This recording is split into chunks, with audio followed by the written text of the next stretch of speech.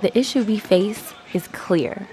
As armed white men are apprehended and taken to jail without being harmed, our unarmed brothers are attacked, tased, shot, and killed for simply walking down the street.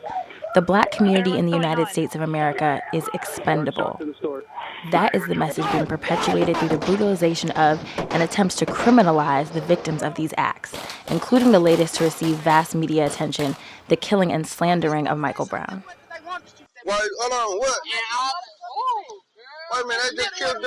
Michael Mike Brown, an unarmed 18-year-old black male en route to his grandmother's house in Ferguson, Missouri, was shot several times and killed by Officer Darren Wilson on August 9th this year, 2014. Although he fired at Brown while the young man had his hands up, Wilson has yet to be charged with a crime or even arrested.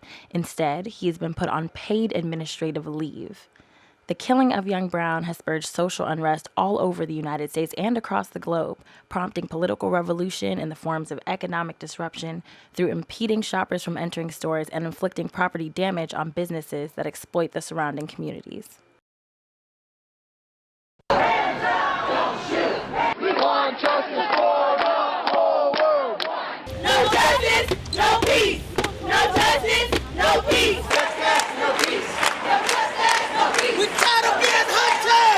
And the hundreds of black men, women, and children that are criminalized, victimized, and brutalized by racist police forces. Communities that are brutalized by a criminal system that capitalizes on the incarceration of black men. If you look at the statistics of black male incarceration, the numbers are higher than the numbers of people that were enslaved during the darkest time in our nation's history.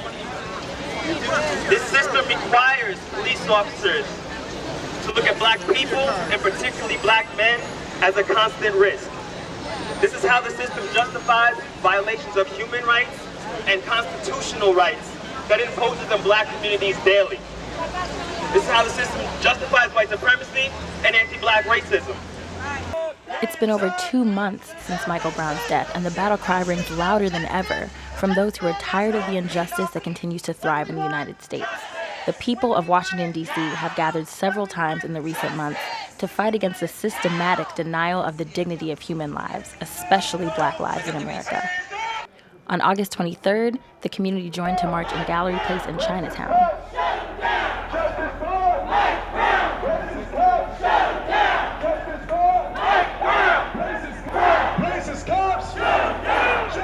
A week later, they poured down 8th Street. Justice for racist cops. My name is Asantua Nkrumah Toure. I'm a longtime community organizer here in the colony of Washington, D.C. I'm here today to not only show my support for this movement to demand justice for Mike Brown, but to also demand justice for all victims of police terrorism. We see that this thing has been going on for many, many years, not only among African people, but they also do it to Latinos, they do it to immigrants, they do it to sex workers, they do it to gay and lesbians, a wide variety of people police terrorize on a daily basis. So this is a way for us to raise our voices and demand that our community organize itself against police brutality and against police terrorism. And what specific change do you like to see come out of this? You know, after the hashtags have stopped trending, after the pictures aren't being on the internet anymore, flash in your face, all the time, what specific change do you want to see come from this? And how, you said you're a community activist and organizer, how can people get involved with what you're doing? Well, I think first of all, we need to look at any change we want to see in the police department and how they terrorize us. We must be organized to fight against them. Secondly, we must also draw the international connections. For example, the tear gas used against our people in Ferguson, Missouri is also used in Gaza against the Palestinians. That same tear gas is made by a company in Pennsylvania.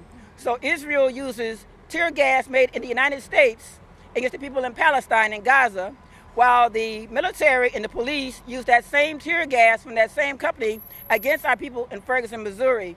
We must draw those connections and see those connections and organize to expose all these connections for what they really are and crimes against our humanity. That's right. We young. We strong. We strong. We marching all night long. We young. We strong. We marching all night long. We young. We strong. We marching all night long. We young. We strong. We marching all night long. We young. We strong.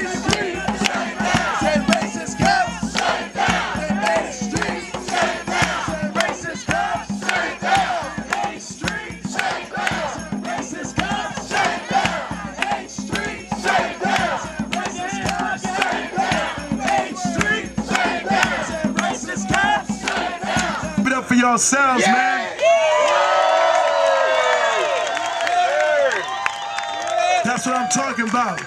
And I'll be honest with y'all, man, we're not even done yet today. A week after that, U Street, Adams Morgan, and Columbia Heights.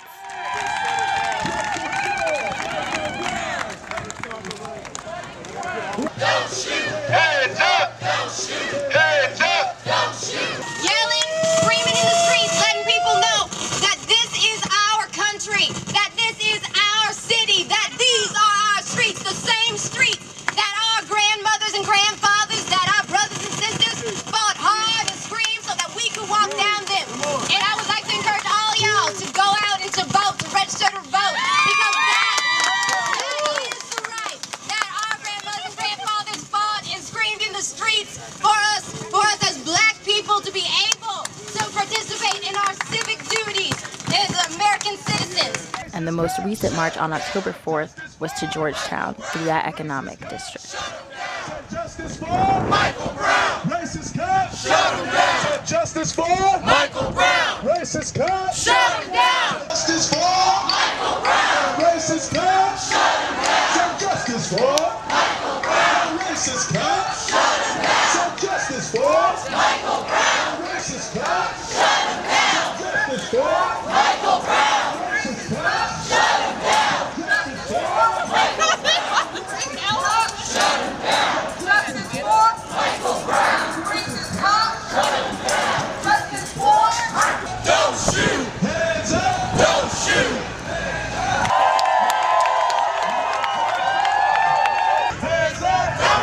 Hands up. Suck this hole. Suck this hole. Suck this hole.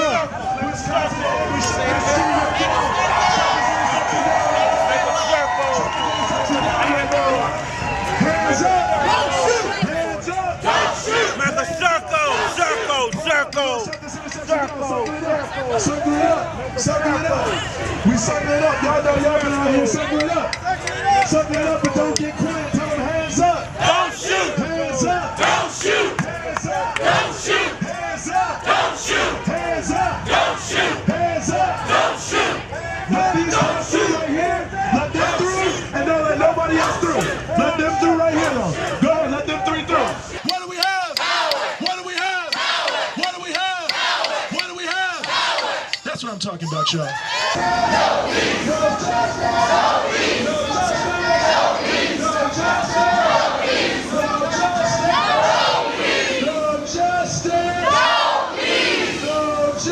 Every single march has been a true manifestation of the power and resolve of a community that is tired of being marginalized. The initial march in Chinatown culminated with a gathering of protesters on the steps of the Smithsonian National Gallery of Art, an image of unity and collectivity in the struggle for justice and human rights. On 8th Street, we experienced the passion of those who have experienced political discrimination and brutality firsthand as they poured out from their homes and down from their porches to make their voices heard.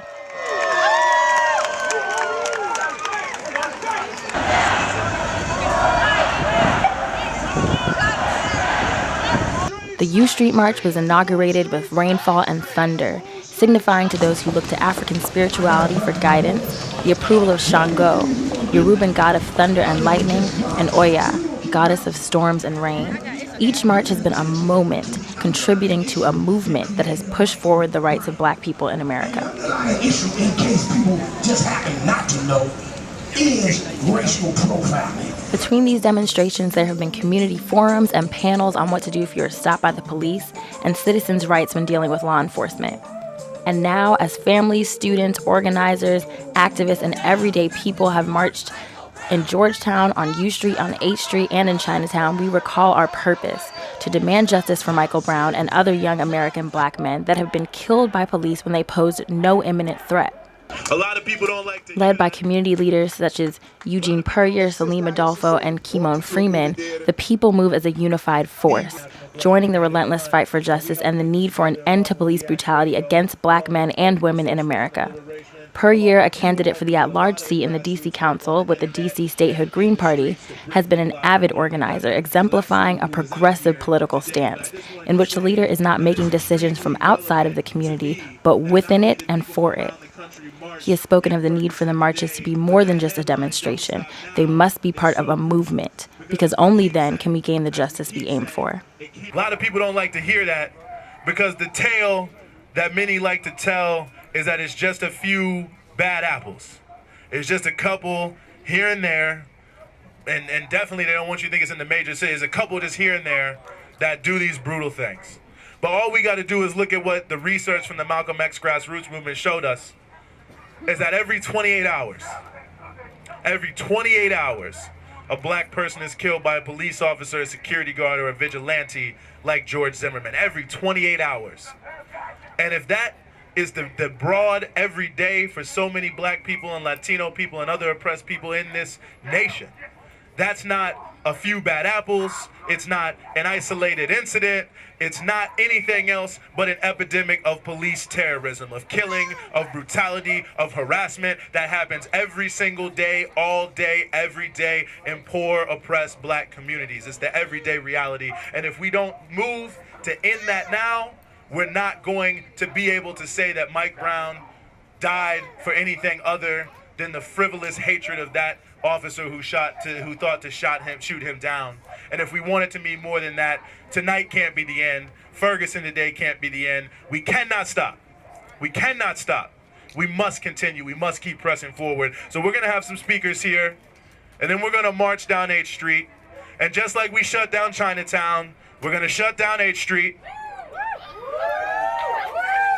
And 3 weeks in a row, two of the most major and important commercial corridors in D.C. would have been shut down, not by the police, not by a presidential motorcade, but by the power of the people who are out to say justice for Mike Brown. Brother Salim Adolfo, chairman of the D.C. chapter of the National Black United Front and national vice chairman, spoke of the need for organization in the community. What are we going to do? He asked, prompting visible self-reflection amongst the protesters of the 8th Street March. He spoke of the need for justice in the nation's capital, the seat of the government, and addressed the disconnect between law enforcement training and their actions in the field. Is that police are expected to uphold the law and to know the law. They're trained to know the law. And so even knowing the rights, even having all the right equipment has not prevented police officers from committing crimes of this nature. We need to understand and have a better explanation of what's going on with the body cameras. And then who's going to pay for these body cameras? You know, are you going to put more money into the police departments? What about putting more money into the socio-economic conditions that create crimes in the first place? Kimon Freeman, owner of We Act radio station in Southeast Washington, D.C., and developer of several black media outlets, knows better than most the avenues through which black people's messages against oppression have been marginalized. And he stands firm in the belief that we cannot stop, and we must be led by the energy of the youth. As he has participated in the marches and spoken of the injustices he has experienced, he has not stood alone. By his side has been his son, watching and learning, becoming an active planner of the society he will grow up in. Like him, the young people are now in the streets, working, fighting, putting their lives on the line. They are moving and making their demands for change known. All right, some of y'all heard this before, but it bears repeating. Many moons ago, a young white man walks into a movie theater. He murders 12 people, shoots about 50, 60 more, exit the movie theater at night into a parking lot, but somehow the police are able to apprehend him without firing a single shot. But yet, we have dozens of cases of unarmed and innocent black men who are murdered in broad daylight. So that should eradicate any concern about he had weed in the system, he stole some cigarettes, whatever. He didn't murder 12 people. He didn't shoot 50, 60 more. So what possible justification other than white privilege can you possibly give to me to justify the disparity in those apprehensions and that state execution? All right? So let's kick that out the window right there. All right? We want to debunk these myths. We know the playbook. They criminalize the victim. They heroize and worship the murderer. Because until the lions have the historians, the tales of the hunt will continue to glorify the hunter, and dead men tell no tales. So we here to tell the lying side of the story. That's right. Let's debunk another one. Well, black people kill black people all the time. Why y'all ain't saying nothing about that? Well, let's say this. When black people kill black people, there's nobody saying, you know, he was innocent. Oh, we can't arrest him. He's in protective custody. Let's do a GoFundMe campaign and raise $500,000 for him. Ain't none of that going on. The police are more than happy when there are two victims, because one's going to jail and the other one's gone. All right? That's the difference. No one's defending black on black violence. What we're talking about is the system defending murderers. Okay. That's what we're talking about. That's the difference. So don't let them take you all around the mulberry bush. Okay. Because the lions are not only speaking, they are roaring. I have never in my life, since the rebellions, and I said it, rebellions, after the injustice over the Rodney King verdict, have I ever seen young black people fighting back. I haven't seen it. And that is the difference here. They're not holding hands. They don't want to hear from Jesse Jackson. They ain't giving money to Al Sharpton. They are picking up tear gas canisters thrown at them and tossing it back at the police with the explicit details of how to handle such instances and cases by our good brothers in Palestine. Okay. They have now educated ghetto youth. This is what they have done. They are beginning to create the perfect storm for something to change this decadent, racist, exploitative, and violent domestic terrorizing system that has been built on the backs of black and brown people since we got here. What we are really talking about in the fundamental analysis is white supremacy. That's what it all boils down to.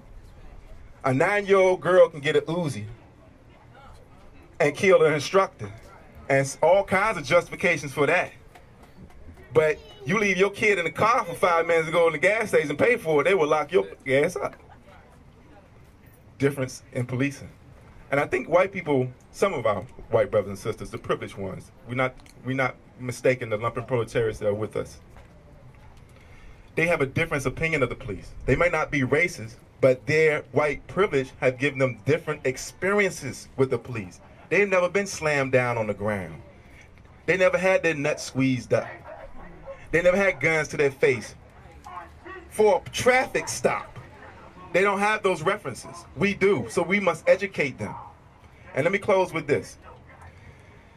Lens Crafters and Salvation Army are two of the organizations that are sponsoring, I don't want to misspeak here, someone correct me.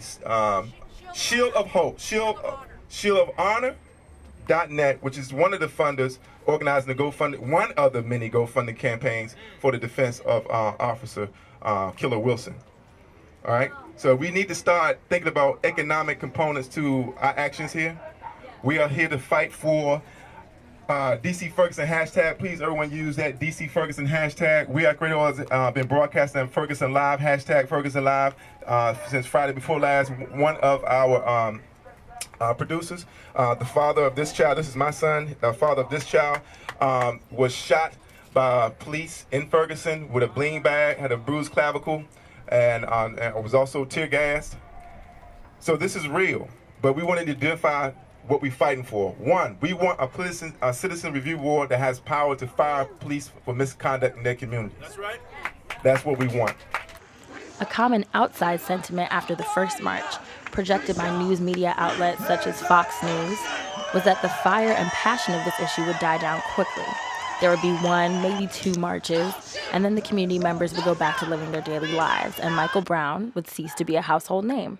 Since August, when Michael Brown was killed, several other unarmed black men have been assaulted or killed by police officers, including Ezell Ford, a 25-year-old allegedly shot in the back by police after they stopped him, Dylan Taylor, a 20-year-old, shot on his way to visit his mother's grave for not being able to hear officers' commands, John Crawford, a 22-year-old gunned down by police in a Walmart while holding a BB gun he picked up off of the shelf. In light of this, our demands, the demands of the marchers and of the people, are clear. Specifically, we're here today to call for retribution for Michael Brown, justice for his family and community. However, his death in Ferguson is just one of many cases. According to the Malcolm X grassroots movement, that many people have said before, in our past rallies, an American African person is killed every 28 hours in the U.S. by law enforcement, and that's ridiculous. Very often the targets of these murders are young American African men, thus diminishing the full potential of our community. Just a few examples during the last decade include Michael Brown, Eric Garner, Kimani Gray, Amadou Diallo, Sean Bell, Ramarley Graham, on and on, John Crawford. You can look at that sign right there that the sister's holding up for many more names. We need to call attention to that. And there seems to be almost complete impunity for the perpetrators of these crimes, and even support and encouragement for them at times, as we've witnessed by the funds online to defend some of these criminal law enforcement officers. If you all are not aware, GoFundMe, which we all need to boycott. We all need to boycott GoFundMe. It's an online platform that we here today denounce as short-sighted and supportive of bigotry. They allowed such a fundraiser for Darren Wilson, in which they've raised over $400,000 for him. He's not even indicted yet, so he doesn't even need the money. And you know, GoFundMe benefits from any fundraiser it does because it collects a percentage. Now, Color of Change, a great organization who's been organizing to denounce GoFundMe, they've actually been, they might be taken to court by GoFundMe. So we need to support Color of Change, and I think boycott GoFundMe completely. Now, I want to put this into context, make sure that we understand that what's happening in Ferguson, what's happening in America with police brutality, is not only a small matter, but it's a symptom of white supremacy. First, a full review and investigation of all police killings or police-involved shootings in D.C. since 2004. When someone is killed by the police or shot by the police, it must be investigated. Officers are people, and their judgment cannot be seen as the end-all, be-all. Second, a civilian review board with subpoena power and the ability to fire unjust and unlawful police officers. First and foremost, we want a legitimate, I gotta say that, legitimate citizen review board with the power to indict for police misconduct. The third demand is the demilitarization of the United States police departments. It's time to end not just tanks in the street in Ferguson, but jump outs in Southeast. That's right. It's time to stop raiding people's homes, searching for marijuana, throwing hand grenades through grandma's window, battering rams to open her door. And our final demand is the arrest and prosecution of Officer Darren Wilson. He killed an unarmed teenager. He broke the law and should be arrested and prosecuted. Because what happens in Ferguson is a war on the African community. What happens in D.C. is a war on the African community. And we already talked about it. Every 28 hours, an African in this country is shot and killed by the police. And actually, the FBI just came out with a report and said twice a week, an African is killed by a white police officer in this country. So what happens, when Africans in Ferguson, happens with Africans everywhere. That's right. We got Trey Joyner in D.C. was shot by the police. Deontay Rawlins, a 14-year-old African, was killed by the police in D.C. Clement Swepton, an African from Southeast D.C., was killed by the police. So what happens is all this stuff happens to African people everywhere. All right, greetings. I'm out here in support of the demo that's very important for us as not only young and African people, but people in general. But I represent the UNIA, and I also support and represent MBUF. But seriously, solutions, man. The main solution is for us to get organized, mobilized, and prepare to support and give our children love and defend them. We definitely want justice from the system, but the fact of the matter is self-reliance, self-determination, and real nationhood is going to be the only solution. And that means taking care of ourselves. So we are working, in fact, October the 18th to do a big sit-in where we can teach people exactly what we're talking about and mobilizing globally, locally, nationally, internationally to put a stop to the killing. Not just the killing of police, but the killing of our own selves, because it's all projected by the same propaganda machine, white supremacy. I think is that the movement at this time needs to embrace the citizens of the District of Columbia and what has gone on locally here regarding police shootings. What do I mean by that? I've done some research, and from 2006 to the present, The District of Columbia has recorded on the Metropolitan Police Department's website that there have been 27 police shootings in the District of Columbia. 7 took place in 2013. Who knew? I mean, passed by us, we didn't even know. Until Ferguson, all of a sudden we said, let's take a look at what's happening here in the district. And so now we know we have a lot. When you look at the details of what's on the website, strikingly, the information was similar. The ages of the victims, the gender and race of the victims are mostly black males, 19 years old. We need to take a look at this. Absolutely, I agree with what she just said. This is a nationwide incident, this is a nationwide problem, and it's going to continue until we fight, until we do what the people in Ferguson did, and don't stop, continue to disrupt the peace until we get justice.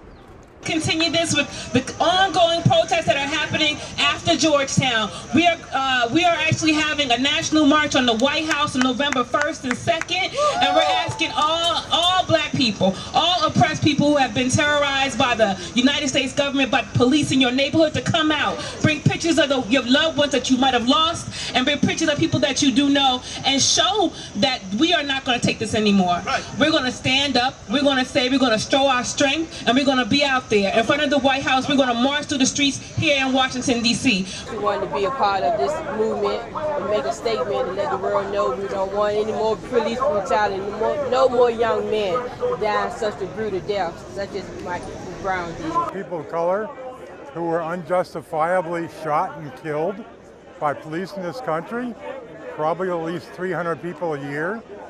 We're students from Howard University, and we're here for human rights, not just black rights, but just for human rights in general. And so we're just tired of having annual vigils for our dead young Americans, black Americans. I don't want to raise kids in a world where there's no equality, not in race, not in religion, not in sexuality.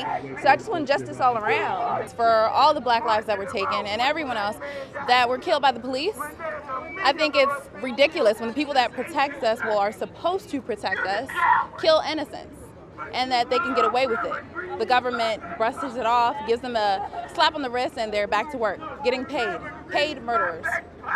Until justice is served, black lives are valued, and the people's demands are met, they will not be silent. Kristina Jacobs reporting for the National Black United Front, D.C. We strong, we marching all night long. We young.